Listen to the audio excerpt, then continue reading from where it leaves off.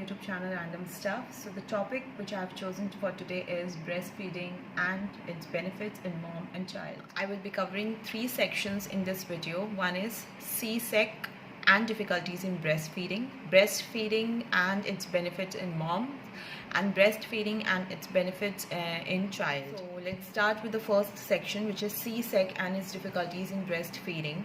आजकल बहुत सारे जो वुमेन हैं वो C-sec की तरफ जाती हैं because they don't want to bear that pain जो नॉर्मल वजाइनल डिलीवरी में होती है, और एक वुमेन को उसके थ्रू जाना होता है, but they don't want to go through that, so they are opting for C-sec. But I personally had that experience which I didn't want to have ever in my life, because being a doctor I have also seen that how C-sec happens. तो मुझे जब मैंने वो चीज़ देखी थी तो मैंने सोचा था लाइफ में मैं कभी C-sec नहीं करवाऊँगी, I will go through a normal vaginal delivery, but नहीं हो पाया because of some complications at the end moment. But जब मेरा C-sec हुआ था बहुत ज़्यादा problems हुई थी, and especially you can't even touch your child, you can't even take your child in your hand the very first day. That is very painful. आप भी इतने ज़्यादा पेन में होते हो कि आप अपने बच्चे को नहीं उठा पाते हो, तो वो थोड़ा सा दूर से देखना बहुत अजीब हो जाता है. सो जब नॉर्मल वजाइनल डिलीवरी होती है तो चीज़ें थोड़ी सी आसान होती है माँ के लिए और बच्चे के लिए, दोनों के लिए.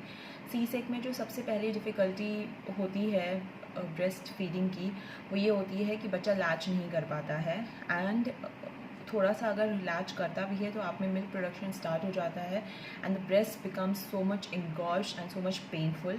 So this is the first difficulty a woman will face after C-sec.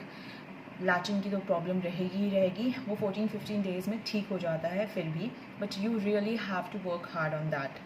So first thing is breast engorgement. So breast engorgement को दूर करने के लिए आपको हॉट फर्मेंटेशन स्टार्ट कर देना चाहिए. ऑलवेज़ जब आपका C-sec होता है प्लीज़ पहले से ही ब्रेस्ट पंप रेडी रखिए, ब्रेस्ट पंप ख़रीद के ले आइएगा. That will really help you out.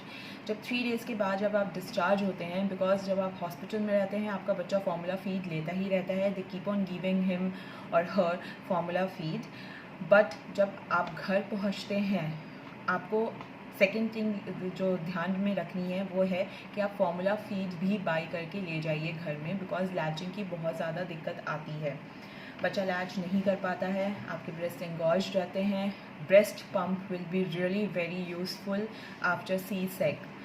So what I was advised, 14-15 days लगते हैं बेबी को अडाप्ट करने में, लैचिंग में. बट आप प्लीज़ मेक श्योर करिएगा जो आपका कोलेस्ट्रॉम आता है वो बेबी को ज़रूर जाए, because you know that colostrum is really very healthy. It contains all proteins, minerals, antibodies, everything, and that is really very healthy for your child. So make sure that colostrum is being fed to your child. Okay, so the next thing is why breast becomes engorged. Because stimulation जब body में start हो जाता है milk production का, and उस time पे ये difficulty हो जाती है कि आप बेबी को इतनी फ्रिक्वेंटली फीड नहीं कर पा रहे हो, आपका ब्रेस्ट ऑटोमेटिकली एंगॉज्ड हो जाता है. तो इसमें इतना डरने वाली बात नहीं होती है. ब्रेस्ट एंगॉजमेंट भी 10-15 डेज़ लगते हैं और वो ठीक हो जाता है, बिकॉज बेबी भी आपका टाइमली फीड लेने लगता है, एंड बॉडी भी अडेप्ट हो जाती है कि उसको कितना मिल्क प्रोड्यूस करना है अकॉर्डिंगली, जैसा बच्चा फीड लेता है उस हिसाब से, because earlier the body doesn't know that. Okay, so this was कि आपका मिल्क प्रोडक्शन ठीक से स्टार्ट हो गया है. The main thing, main difficulty जो आ रही है कि वो decreasing of milk production. Obviously आपकी बॉडी जो है वो एक नेचुरल प्रोसेस के थ्रू नहीं गई है, तो थोड़ा सा प्रॉब्लम होती है मिल्क प्रोडक्शन में. मेरे को भी जो सुनने में आया है या जो मुझे बताया गया है, मुझे मोस्टली उनसे सुनने में आता है कि जिनका C-sec हुआ है, ना कि जिनकी नॉर्मल वजाइनल डिलीवरी हुई है, they are obviously not facing that much of problem. So क्या किया जाए अगर मिल्क प्रोडक्शन नहीं होता है? तो फर्स्ट थिंग इज़, इनिशियली तो आपको कोशिश करनी पड़ेगी, try to feed your baby really very frequently. उससे भी आपका स्टिमुलेशन होता है, मिल्क प्रोडक्शन बढ़ता है. सेकेंड थिंग इज़, बच्चे को लैचिंग में ऑब्वियसली डिफ़िकल्टी होती है. Why? Because one of the reason is कि आपके ब्रेस्ट इंगॉल्ज हो जाते हैं तो बच्चे को थोड़ा लैच करने में डिफ़िकल्टी हो जाती है। तो इंगॉल्जमेंट ऑफ ब्रेस्ट के लिए जैसे मैंने आपको बताया हॉट कंप्रेसेस आप दे सकते हैं, ब्रेस्ट पंप यूज़ कर सकते हैं, बिकॉज मिल्क का एक्यूमुलेट होना भी डेंजरस होता है, ठीक नहीं होता है बॉडी के लिए एंड बच्चे के लिए भी। सो ब्रेस्ट पंप यूज़ करें, टाइमली बच्चे को फीड करें। मोस्टली क्या होता है कि अगर बच्चा आपके चलिए ठीक है आपका मिल्क प्रोडक्शन डिक्रीज़ हो रहा है, आप फार्मूला फीड भी दीजिए अपने बच्चे को, but please don't rely only on the formula feed कि आपने थोड़ी सी मेहनत भी नहीं की है, आपने बोल दिया कि ओके ठीक है ब्रेस्ट प्रोडक्शन मिल्क प्रोडक्शन तो बहुत ज़्यादा डिक्रीज़ हो रहा है तो हम फार्मूला फीड दे देते हैं बेबी को। Please don't try that, because बच्चे को बाद में बहुत ज़्यादा प्रॉब्लम होती है एंड आपको भी होती है, वो मैं नेक्स्ट सेक्शन में बताऊँगी। सो there are home remedies also which I have also tried, which I tried was अजवाइन का पानी। वो बहुत ज़्यादा हेल्पफुल होता है एंड मुझे भी काफ़ी ज़्यादा हेल्प किया है। Second thing which you can try is जो सौंफ होता है वो आप उसको पीस के हल्के गुनगुने दूध में पी सकते हैं, उससे भी मिल्क प्रोडक्शन इंक्रीज़ होता है।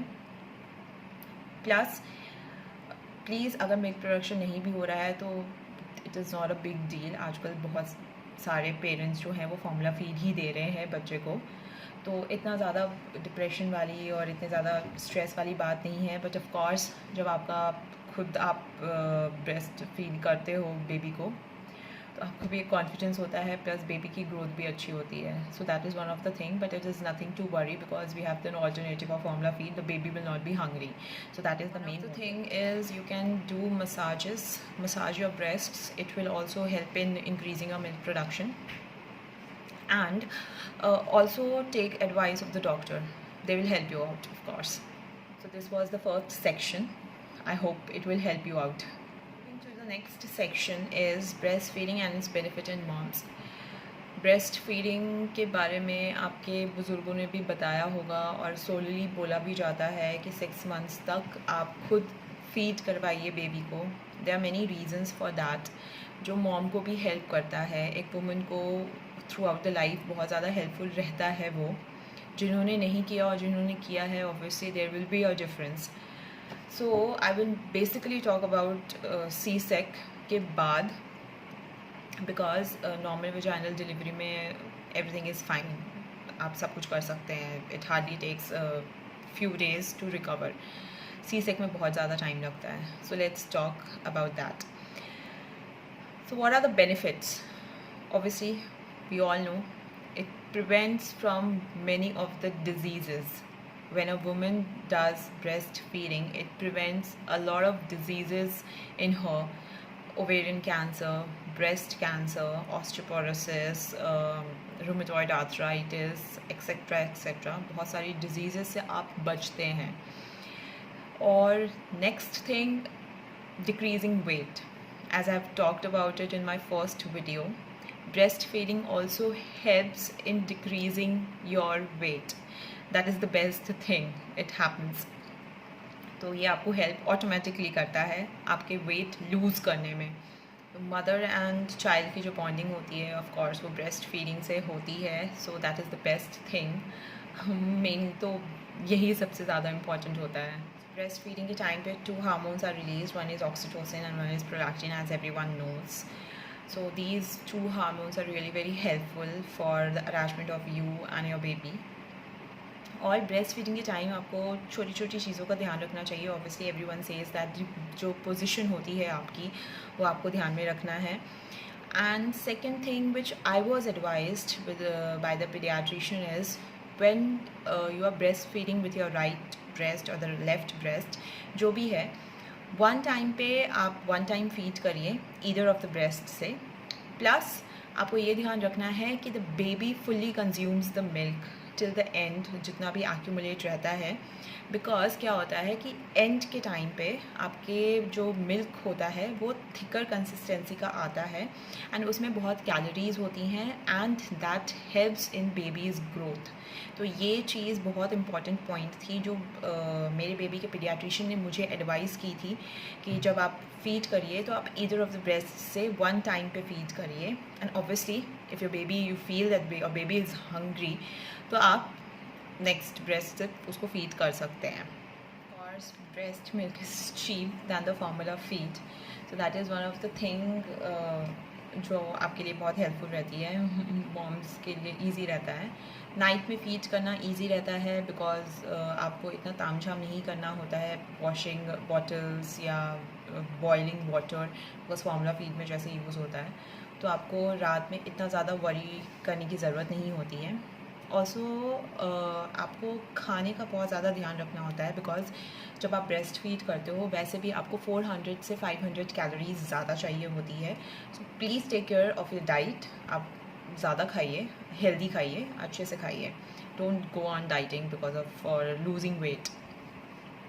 So these were the benefits of breastfeeding in moms. Let's move to the next section, which is benefits of breastfeeding in a child.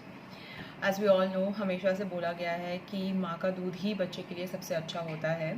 In fact जब आप फॉर्मूला फीड देते हैं उसके पैकेट पे भी लिखा रहता है कि mother's milk is best for the baby. Of course because mother's milk में वो सारे न्यूट्रिएंट्स होते हैं जो भी रिक्वायरमेंट होती है बेबी की उस टाइम पे वो मीट करने के लिए मदर्स मिल्क में सारी चीज़ें होती हैं. प्लस बेबी को ग्रो करने में मदर्स मिल्क ही सबसे ज़्यादा हेल्प करता है.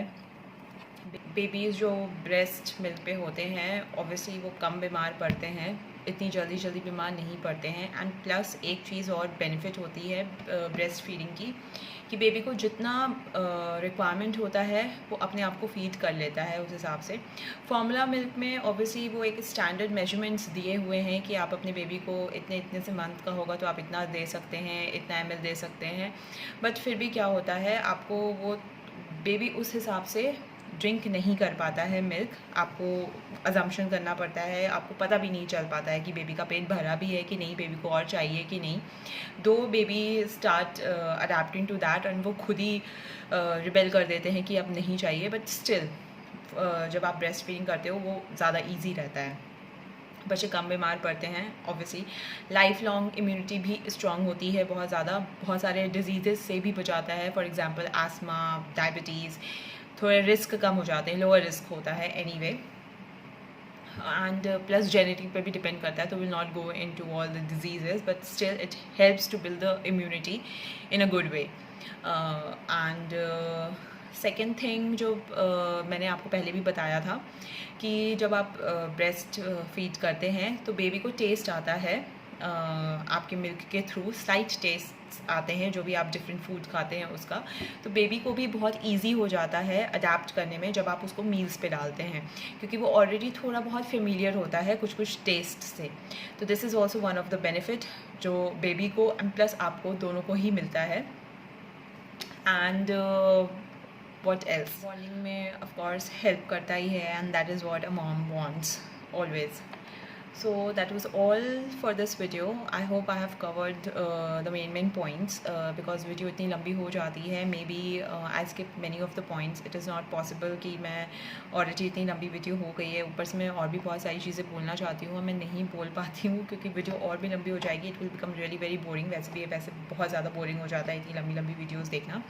So I hope you will like it and please like and subscribe my channel. Below the video I have written some descriptions of some sites which you can refer for taking some knowledge about breastfeeding and also how to increase milk production. I've also written that, so please go through it and follow it.